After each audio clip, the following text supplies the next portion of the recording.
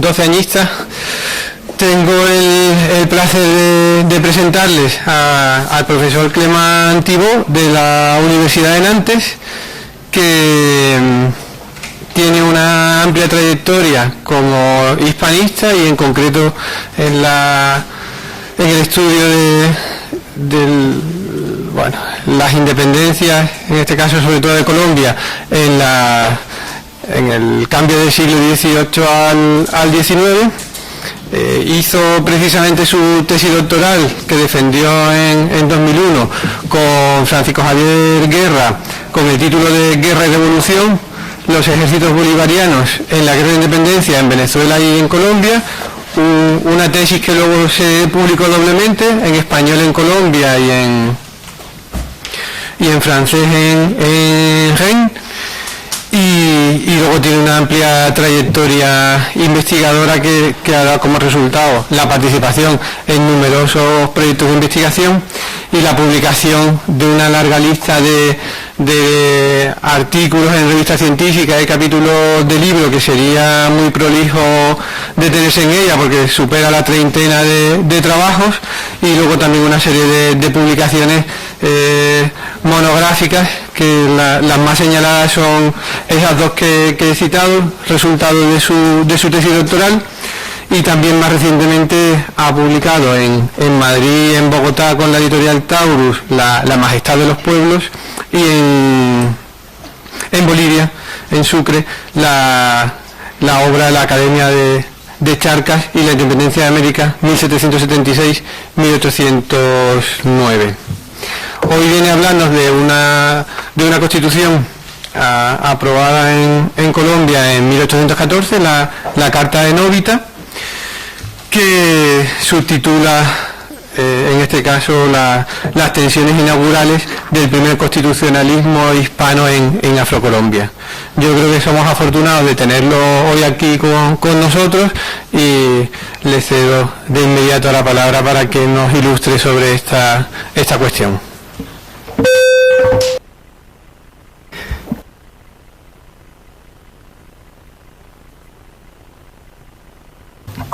Ahora sí se oye. Bueno, quisiera primero agradecer mucho a los organizadores de este evento, que tiene una importancia especial para mí, ¿no? Porque estar aquí en Cádiz en marzo de 2012, 200 años después de la promulgación de la Constitución de Cádiz, es realmente algo muy, muy especial. Y bueno, entonces me siento muy orgulloso de estar aquí con todos ustedes. Escogí un tema de charla. Yo pensé que era más un coloquio especializado, y por eso escogí un tema más de buscadores de hongos que de paracaidistas. Creo que voy a transformar un poco mi ponencia de buscador de hongo en una ponencia más de paracaidista, para proponer una perspectiva un poco más amplia sobre un proceso constitucional que tiene la característica, que es el proceso constitucional neogranadino de Colombia, que tiene la característica de ser un proceso constitucional relativamente autónomo frente al proceso constitucional español y gaditano. Entonces, será un poco mi perspectiva general. Propuse este tema sobre la Carta de Novita. Novita se encuentra en la provincia colombiana del Chocó, que es una provincia negra realmente, que era ya una provincia negra en el siglo XIX, que era una provincia bastante pobre, muy remota, muy desconectada de todo, y por eso de pronto quizás se había perdido la carta de este pequeño estado del Chocó que se había formado en el proceso independentista en la Nueva Granada alrededor del año 1811. Y hace poco tiempo, hace 2 meses, leyendo un fondo de archivos, me encontré con la famosa Carta de Novita, que se pensaba totalmente perdida desde hace 200 años.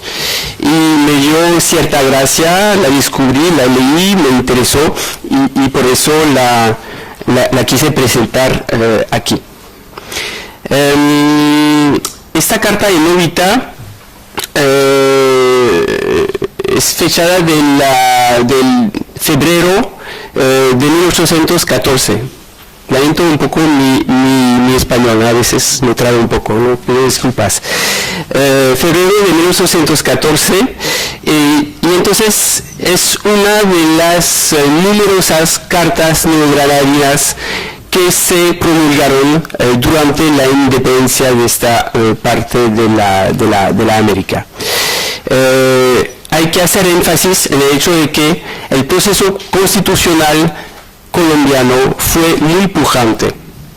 Se produjeron desde principios del año 11 hasta 1815 alrededor de 18 convenciones constitucionales y se promulgaron 12, 14 cartas constitucionales.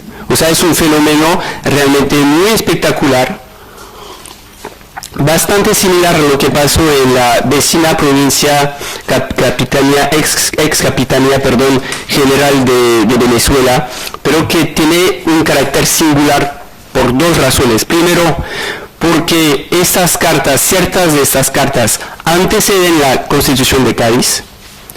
La primera carta constitucional hispánica es la Constitución de Bogotá, del estado de Cundinamarca, que se promulgó el 4 de abril de 1811, o sea, un poco menos de un año antes de la Carta de Cádiz, y fue la primera de un sinnúmero de cartas en el territorio neogranadino. La segunda característica es que se trata de una especie de doble constitucionalismo.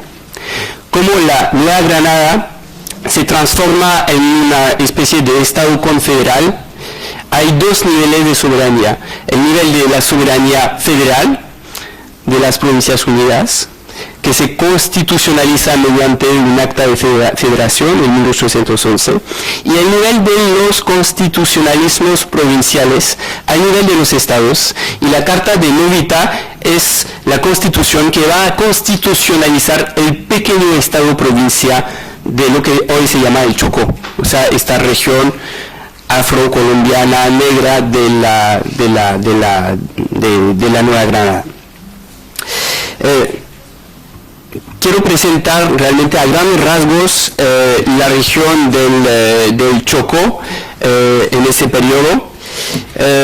Novita, el estado del Chocó, el estado de Novita tiene en este periodo 25.000 almas. Es una región que queda a orillas del Pacífico y que tiene muchas comunicaciones con Panamá, Ecuador y el Perú. La característica principal del Chocó es que se trata de una región minera que es rica en oro y que es la única región productora de platino en este periodo. Hay solo una región y es la región del Chocó, y precisamente la región de la pequeña villa de Novita. Se trata de una sociedad esclavista. No es una sociedad con esclavos como la costa caribe de Colombia, o sea, una sociedad con muchos libres de colores, pero con pocos esclavos. Se trata realmente de una región en donde predominan los esclavos. En el censo de 1782, sobre 18.000 habitantes, se trata de una pequeña región, hay 7.000 esclavos, o sea, hay casi el 40% de la población. Hay 36% de indígenas, de indios, que viven en el norte de la región, y 21% de libres de color, y el 2% son blancos, y son los blancos, por supuesto, que van a formar el Estado provincial del Chocó y que van a escribir la Constitución. Entonces se trata de una constitución social muy particular que se va a plasmar en la carta que encontré. Vamos a ver cómo y vamos a ver por qué. Otra característica de esta región del Chocó es que es muy poco urbanizada. solo hay una villa que tiene un cabildo, que es la villa de Novita, que tiene una caja real, y sino el sistema de producción económico es bastante particular porque se articula, se estructura en torno a cuadrillas de esclavos que son medianamente autónomos, que van a colectar el oro en los ríos. O sea, es un sistema de producción muy artesanal, pero hay estudios recientes que dicen, por ejemplo, que en la Francia del siglo XVIII, entonces se pensaba que todo el oro venía de Brasil en el siglo XVIII. Un estudio reciente muestra que casi la mitad del oro viene de esta región, en Francia, en el oro que circula en Francia. Entonces es una región que quizá tiene más importancia de lo que se asume generalmente. El proceso de independencia en la Nueva Granada es muy complejo, pero lo podemos resumir de manera, digamos, bastante sencilla, diciendo que Nueva Granada es el teatro de una doble guerra civil. Hay una primera guerra civil, digamos, que opone las ciudades y las regiones que van a reconocer los gobiernos españoles de Cádiz, la regencia y luego las cortes, que son Santa Marta, Río de Hacha en la costa caribe, Tolú, también son pequeños pueblos en la costa caribe, por un lado en el norte de Colombia, y en el sur de Colombia hay también un foco de provincias realistas, lealistas, con Pasto, Popayán, cuya fidelidad al rey, digamos, es bastante complicada. Y entre estos dos espacios, el norte, o sea, no tengo carta, no tengo mapa, lo siento mucho, pero bueno, entre el norte Caribe y el sur andino, ahí se van a desarrollar las primeras repúblicas del mundo hispánico. Es un poco la particularidad de la región, su constitucionalismo muy pujante y su republicanismo precoz, ya que la primera república moderna hispánica que se constituye allá. En diciembre de 1811 es la República de Tunja, que queda al norte de Bogotá. Hay que precisar también que el acta confederal que constituye las Provincias Unidas de la Nueva Granada es un acta que dice que todos los estados confederados de las Provincias Unidas tienen un gobierno republicano. Y creo que es una diferencia bastante importante, pues obviamente lo es, con la Constitución de Cádiz, pero eso no quiere decir tampoco que la independencia y las constituciones de la Nueva Granada no deban nada al proceso constitucional gaditano.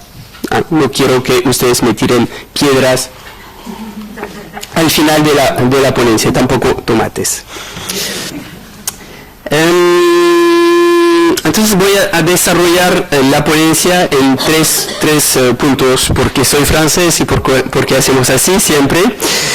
Primero, quisiera mirar un poco cómo se articulan el proceso constitucional, neogranadino y el proceso constitucional gaditano. ¿Cuál es la relación? Si es una relación de oposición o si es un poco más complicado que eso. El segundo punto intenta mirar, proponer la idea de que ambos procesos constitucionales se inscriben, por supuesto, en una misma tradición cultural y de cultura jurídica compartida. Entonces, comparten los mismos problemas y van a conocer las mismas tensiones. Y voy a intentar ubicar un poco estas tensiones que van a caracterizar este primer constitucionalismo hispano, gaditano y no gaditano, pero que se produce en provincias de la monarquía, ex provincias de la monarquía española.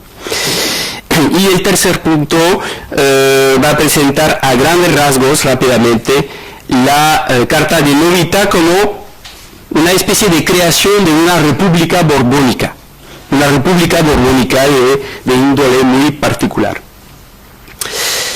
Entonces paso al primer punto, el proceso constitucional neogranadino y Cádiz. Como ustedes quizás sabrán, este espacio de tierra firme, o sea, Venezuela y la Nueva Granada, comparte una misma historia con lo que pasó en las Antillas francesas.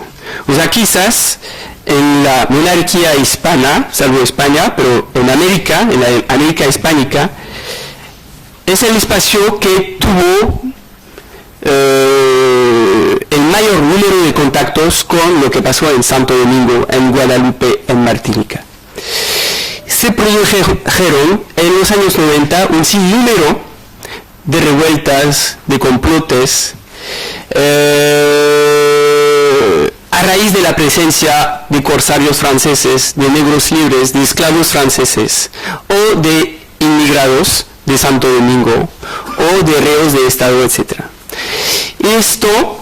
Esta situación, digamos, de peligro, de miedo a la revolución francesa, produce una especie de estado de alarma muy fuerte por parte de las autoridades y también facilita mucho las conexiones culturales con el mundo antillano francés a través de mediaciones como las islas neutrales tipo Curazao, que es holandesa, pero que hace parte del imperio francés después.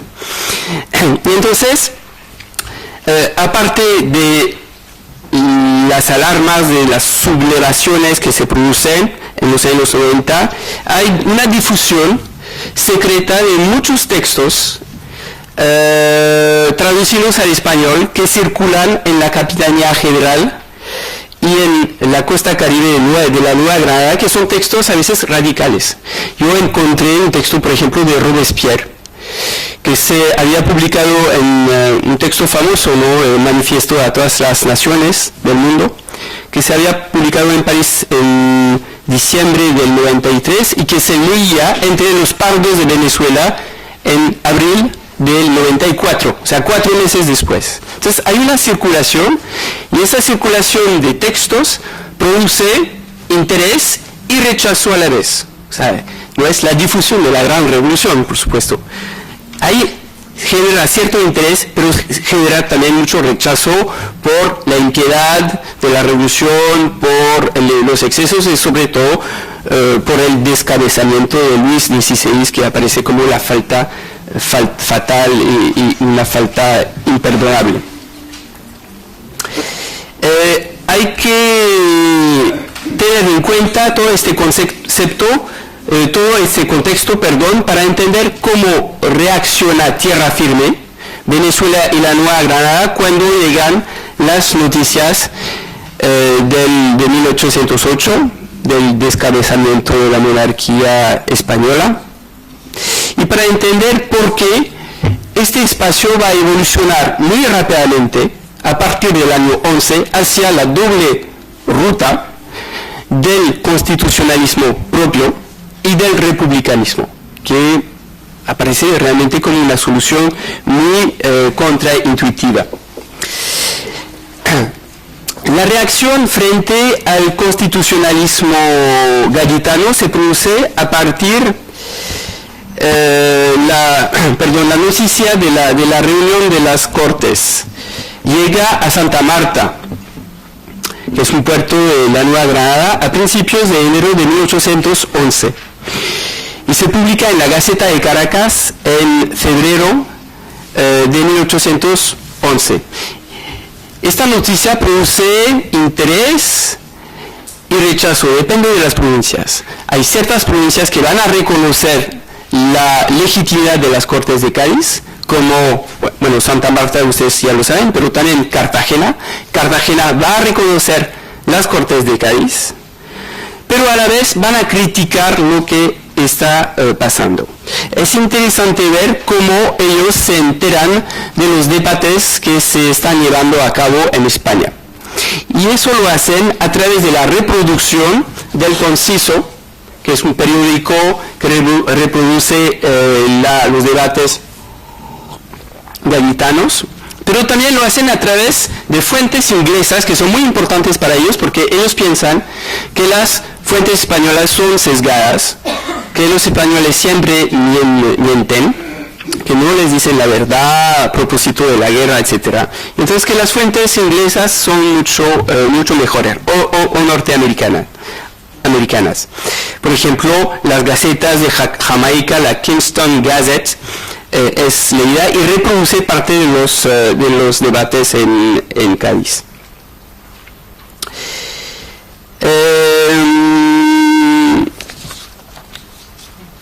¿Por qué Tierra Firme rechazar el proceso constitucional gaditano? Entonces se arma una especie de enfrentamiento retórico muy fuerte que va a girar en torno a algunos temas muy importantes que quizás ustedes ya conocen. Primero, hay una protesta muy fuerte frente al decreto del 15 de octubre de 1810,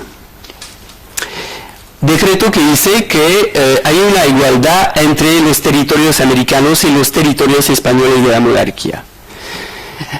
¿Por qué los ucranianos y los venezolanos van a criticar este decreto? Porque no lo creen y porque piensan que es una trampa. Dicen que es una trampa. El tema más importante quizás es la exclusión de las castas de la representación política. Y eso es un poco el meollo del rechazo al constitucionalismo gaditano.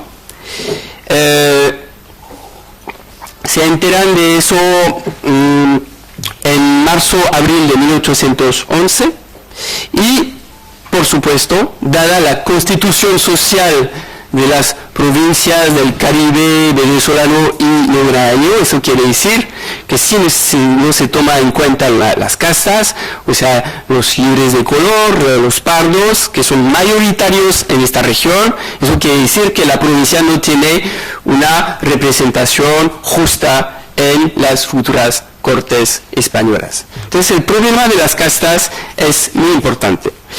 Aparece también el problema del matrimonio de Fernando VII con la hermana de la emperatriz francesa. Eso aparece realmente como un problema porque plantea el problema del juramento al rey. Sigue vigente el juramento al rey que se hizo en 1808 a raíz de la noticia de las cortes de Bayona, de lo que pasó, de los acontecimientos de Bayona.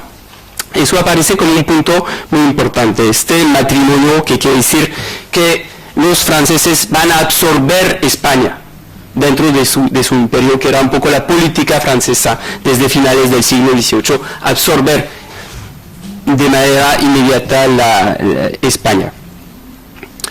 Y sobre todo es la sesión del 7 de febrero de 1811 de las Cortes de Cádiz, cuando los diputados gaditanos dicen que remiten la cuestión de la representación de América a la Comisión de la Constitución.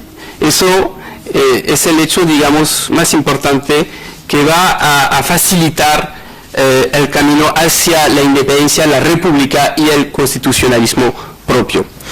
Y se lee, por ejemplo, en el periódico de Cartagena, que se llama El Argos Americano, en mayo de 1811, la cosa siguiente. Dicen, después de 1000 sesiones secretas sobre la parte que nos corresponde en la representación nacional, después de tantos misterios, tantas declaraciones de igualdad de derechos y tanto cacarear los que tienen los americanos, y el inconcluso concepto de que somos parte integrante de la monarquía española, se decidió este negocio pasándolo a la comisión encargada de formar la Constitución, quien creyera a tamaña ceguera. Entonces, lo que estos americanos ponen en tela de juicio es el carácter revolucionario de las Cortes de Cádiz, el carácter realmente liberal, el carácter de reforma de fondo de la monarquía española que intenta poner en práctica las Cortes de Cádiz. ¿Cuándo aparece el texto? Entonces, las primeras críticas que se hacen se dirigen más bien a la legitimidad de las Cortes, pero no a su trabajo constitucional. Es la legitimidad de las Cortes que no representan muy bien América o suficientemente bien, que son puestas en tela de juicio. Pero cuando aparece la Carta de Cádiz, hay una especie de fuego retórico en contra del texto de la Constitución española. Y dice, por ejemplo, el autor de la primera Constitución neogranadina, la de Cundinamarca, de Bogotá, Jorge Tadeo Lozano, que era un naturalista, dice eso de la Carta de la Pepa. Han intentado los españoles combinar los incompatibles fueros de Castilla, Aragón y Navarra. Han querido introducir el sistema de gobierno inglés sin los elementos de que se compone. Han adoptado la democracia en unión de una monarquía despótica. Han restablecido las Cortes, destruyendo sus estamentos. Han puesto un Consejo de Estado que será como el antiguo, el panteón de los viejos inútiles. Entonces es una crítica bastante fuerte de la Carta Gaditana, y es interesante ver que cuando Fernando VII regresa al trono, cuando la deroga, la Carta de Cádiz se vuelve un texto muy interesante, muy importante, que se va a elogiar. Entonces hay como una visión bastante encontrada del proceso constitucional gaditano.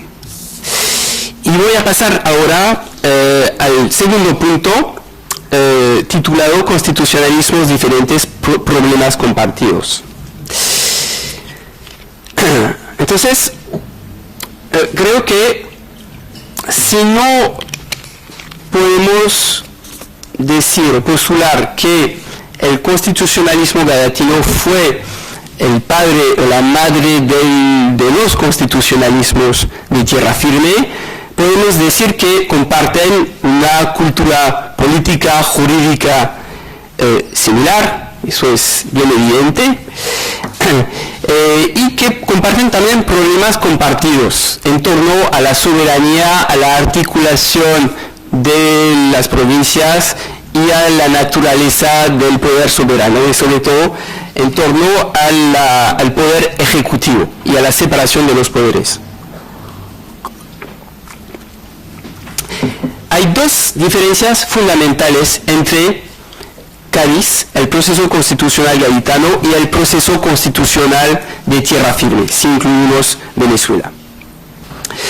Primero, la primera gran diferencia es que los americanos de esta región quisieron constitucionalizar los derechos del hombre, que no se constitucionalizaron, como ustedes saben, en la Carta de Cádiz.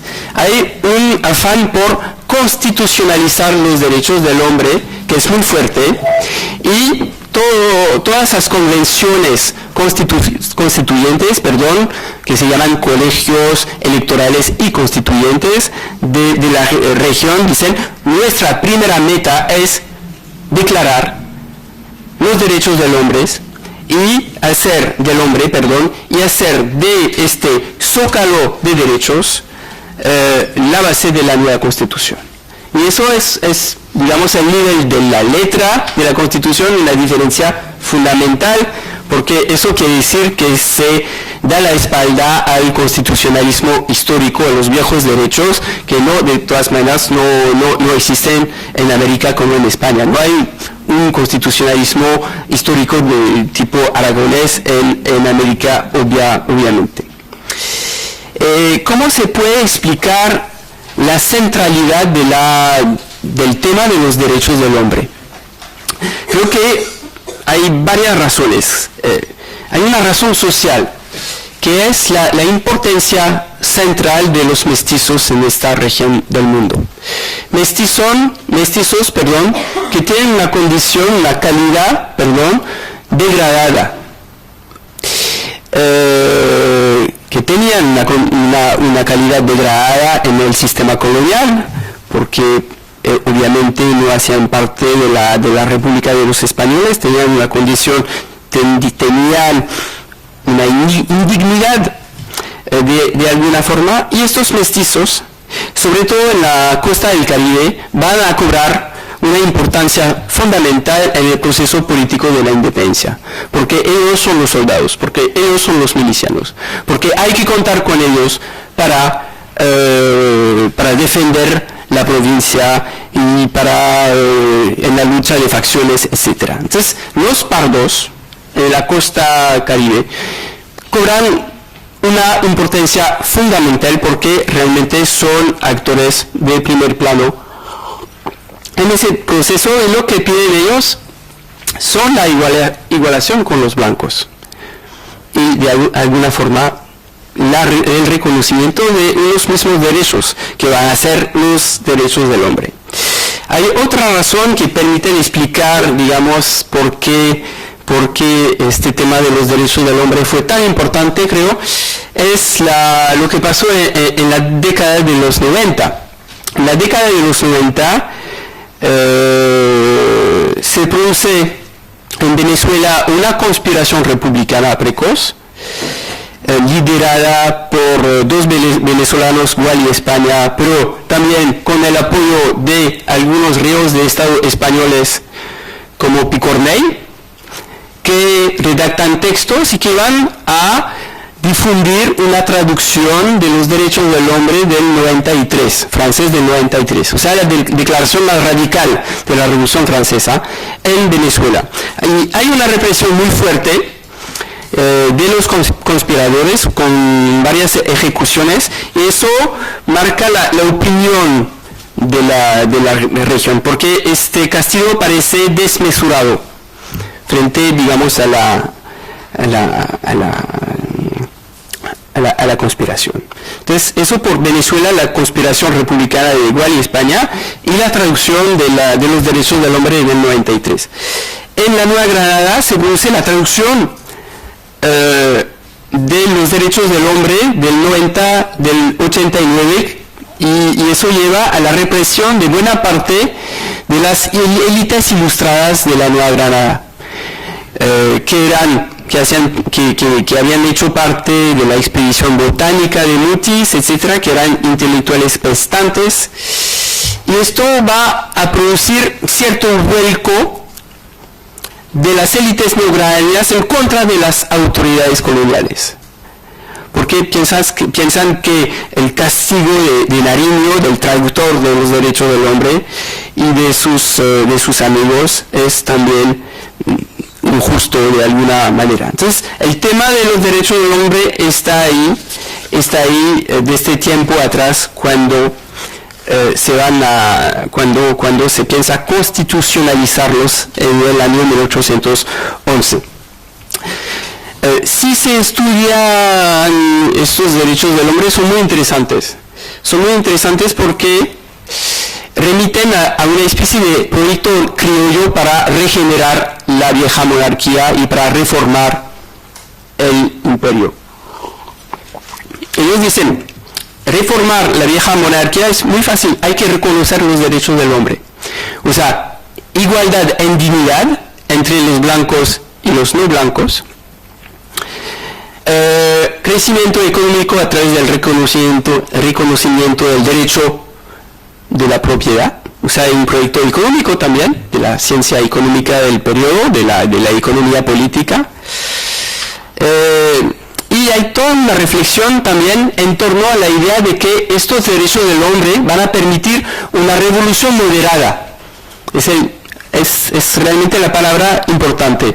Una revolución moderada, porque ellos van a traducir partes de la Declaración de los Derechos del Hombre de la parte moderada de la Revolución Francesa, que es la parte termidoriana del 95. No van a tomar la declaración de Robespierre y tampoco la del 89, van a tomar la tercera, la moderada de Termidor. O sea, de una revolución sin revolución, una revolución con orden social, que dice que hay derechos, pero también hay deberes del ciudadano. Es la parte que se retoma. Y van a salpicar esta traducción con algunos artículos de las declaraciones de derechos norteamericanos, sobre todo de Massachusetts, de Virginia y de Pensilvania. o sea, y sobre todo en torno a la justicia. Yo no creo que estos constituyentes hayan copiado estos modelos, sino que tenían un proyecto de revolución bastante moderada y que hicieron referencia a estas declaraciones porque les convenía. La segunda diferencia fundamental es una referencia muy moderna a la teoría del poder constituyente de Sieyès, teoría que aparece analizada en varios periódicos del periodo. La teoría del poder constituyente es muy sencilla, o sea que una nación es soberana y tiene el derecho de darse el gobierno que mejor le acomode. O sea, la nación soberana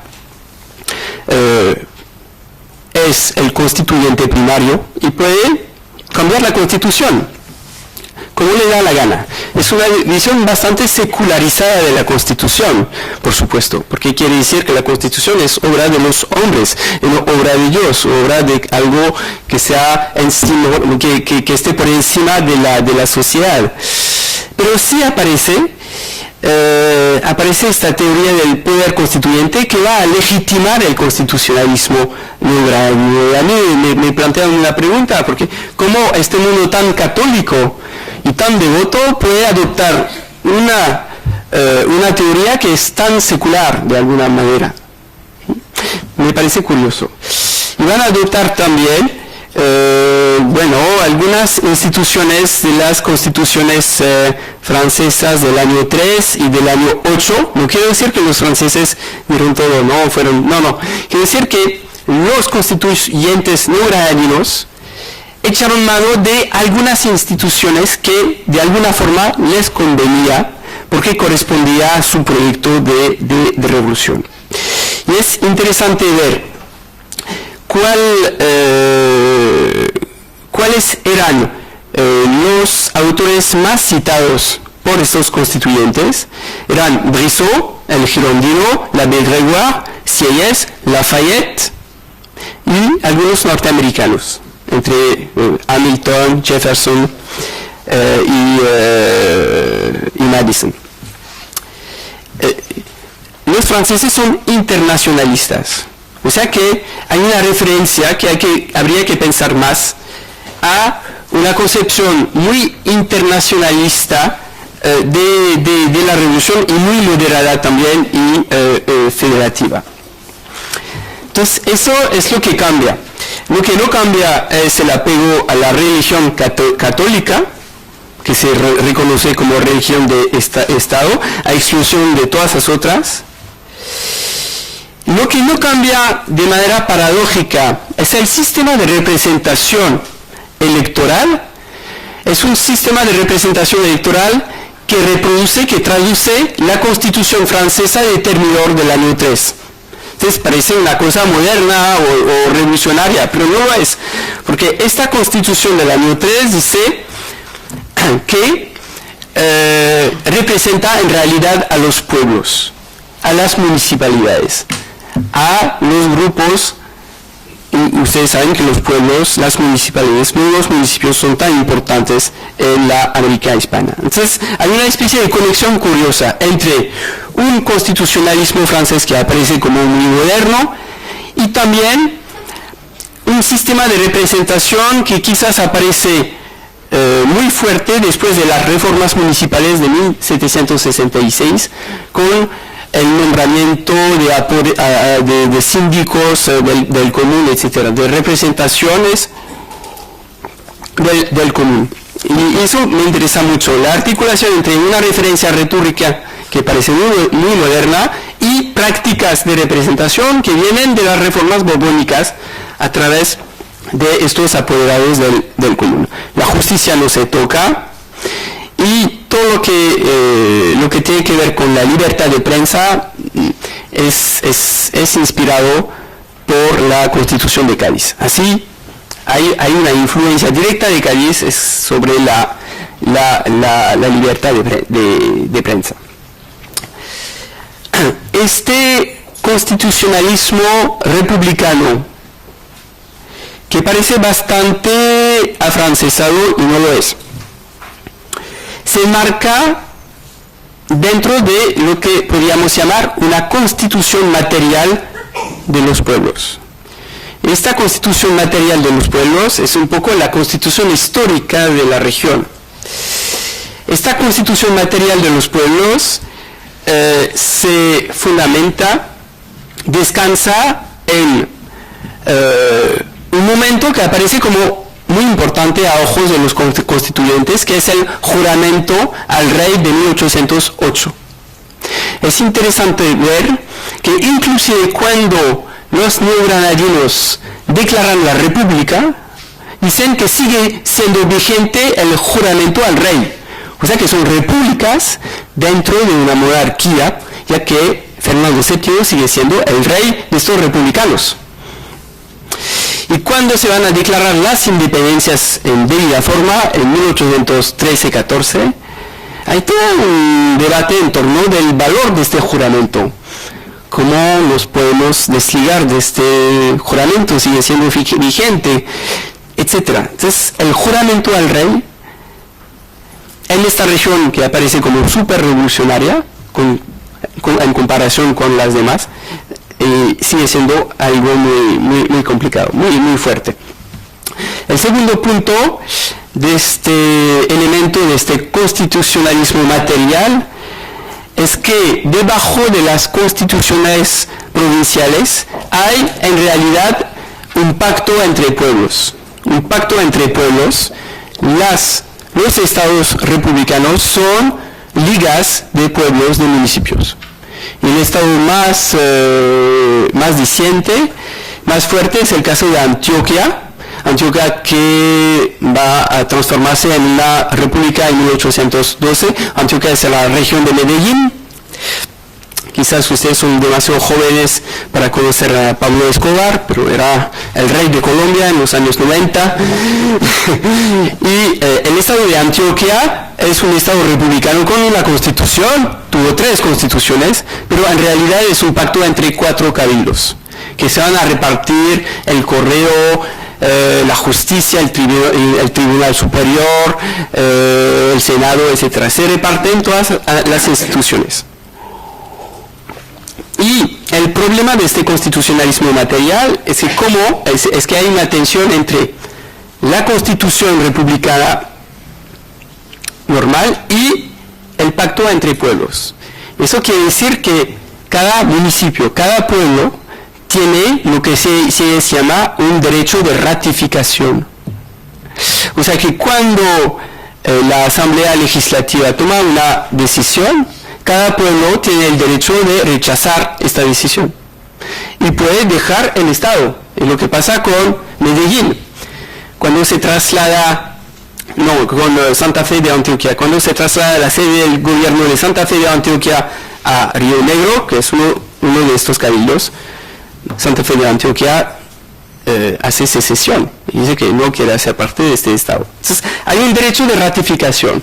O sea que hay una tensión entre la nación como ente abstracto, la nación como soberanía del pueblo, pero el pueblo como ente abstracto, que en sí tiene una traducción sociológica en el tercer estado, es la nación, el tercer estado, y la nación concebida por estos constituyentes como algo muy concreto, que es una confederación de pueblos cuya sustancia son los municipios, son los cabildos. Y la tensión entre la nación como abstracción titular de la soberanía y la nación como congregación de pueblos es un poco insuperable y va a caracterizar toda la historia colombiana a lo largo del siglo XIX. Si queremos hacer un poco de filosofía política, podemos decir como Claude Lefort que el lugar vacío de la política, o sea, el soberano no debe existir para que haya libertad. Si hay un soberano que existe, él puede apoderarse de la soberanía, el rey. Entonces, en las democracias el soberano no existe, es vacío, es la nación, es una palabra. Este lugar vacío no existe porque es el lugar vacío de la política que permite la libertad política es esta confederación de pueblos. Hay otro punto interesante, y creo que me estoy pasando, y no voy a hablar de... Hay que pararme, ¿no? Sí. 50 minutos, entonces voy a... No, o sea, 5 minutos todavía. ¿Ah, sí? Bueno. Hay un punto muy interesante en torno a la independencia, porque una de las grandes preguntas de los historiadores consiste en determinar si Venezuela y la Nueva Granada, que declararon su independencia, lo hicieron de verdad, o sea, qué tipo de independencia se trataba.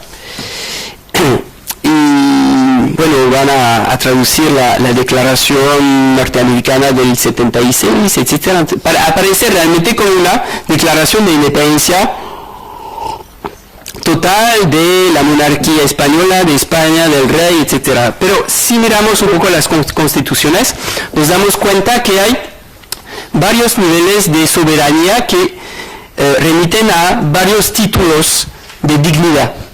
El soberano es la majestad, es el nivel más alto.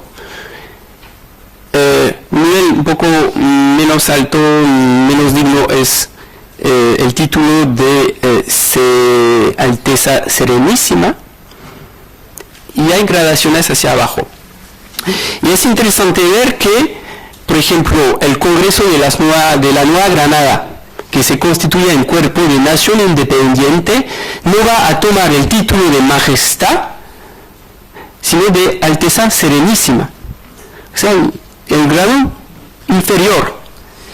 Y eso, a mi modo de ver, deja la puerta abierta a una especie de reintegración de estas repúblicas constitucionalizadas e independientes, en una especie de Commonwealth hispánico, encabezado por el rey de España. Entonces podría ser como una posibilidad. El Congreso venezolano sí toma el título de majestad. Es la majestad como, bueno, entonces es como un matiz. Y para terminar, entonces no voy a hablar de mucho de mi carta de Novita. Mi carta de Novita, ¿por qué se creó? Es interesante porque de alguna manera es una carta contrarrevolucionaria. Es contrarrevolucionaria porque reacciona al intento de la provincia vecina de Antioquia para absorberla, para integrarla en su estado provincial.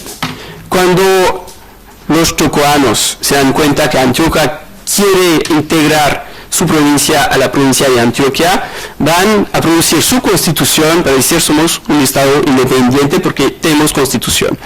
¿Y por qué rechazan la integración a Antioquia? La rechazan porque Antioquia quiere establecer la libertad de los esclavos, la libertad gradual de los esclavos, a través de la libertad de vientres, o sea, una libertad gradual en 50, 60 años. Y es interesante ver que este constitucionalismo, esta constitución que va a declarar los derechos del hombre en una región esclavista, pues su razón de ser es evitar que se aplique el decreto de liberación de los esclavos en su territorio. Entonces, ¿por qué yo hablé de una república borbónica? Porque esta carta de Novita es muy interesante porque retome toda la herencia de las reformas borbónicas de la segunda mitad del siglo XVIII. El poder, no hay representación legislativa, todo el poder está en las manos de un presidente que es el único magistrado que tiene jurisdicción, o sea que es una especie de dictadura legal, es una especie de capitán general o de virrey en su región. Y este presidente tiene la posibilidad de dar leyes, tiene en sus manos el ejecutivo y sobre todo puede elegir los alcaldes. O sea, tiene el control de los cabildos. Es uno de los grandes problemas de esta primera fase de la revolución. Es como articular cabildos que son semi-autónomos, casi independientes. Entonces, la solución aquí es como una especie de vuelta mediante una constitución al reformismo ilustrado de los Borbones. y es interesante ver que como esta parte, digamos, que remite al pasado, se completa con otra parte, que es la Declaración de los Derechos del Hombre.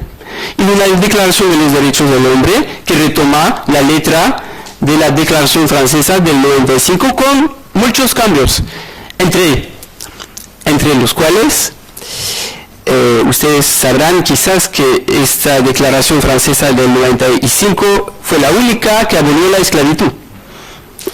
Y evidentemente este artículo fue sacado de la traducción española, ¿no?, que se plasmó en la Constitución de Novita. Entonces hay como algo que no está dicho que es interesante aquí. Habría muchísimas cosas que decir y no les voy a fastidiar más. Entonces, en conclusión, constitucionalismo propio o no, pienso que no hay influencias. Creo que no hay influencias en la historia y mucho menos en la historia constitucional. Creo que hay una cultura jurídica hispana compartida que organiza una especie de campo de posiciones de estructura, digamos, que permite la traducción de modelos exteriores o no. Y ahí es interesante ver cómo se recupera, digamos, unas traducciones del constitucionalismo francés o norteamericano o inclusive de Cádiz, pero hay una transformación propia que remite a una especie de proyecto bastante coherente, a mi modo de ver, de una especie de revolución de los derechos del hombre, pero revolución comercial también, revolución de la dignidad en la moderación y en el control social de las élites. Yeah.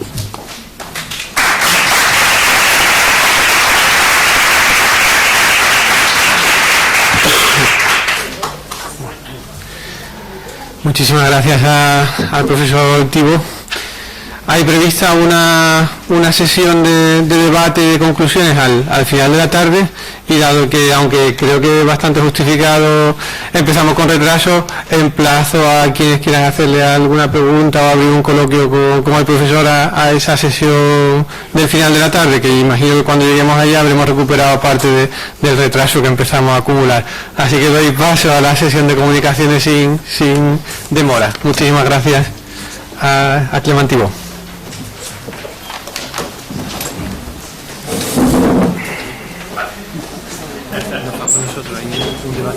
Claro.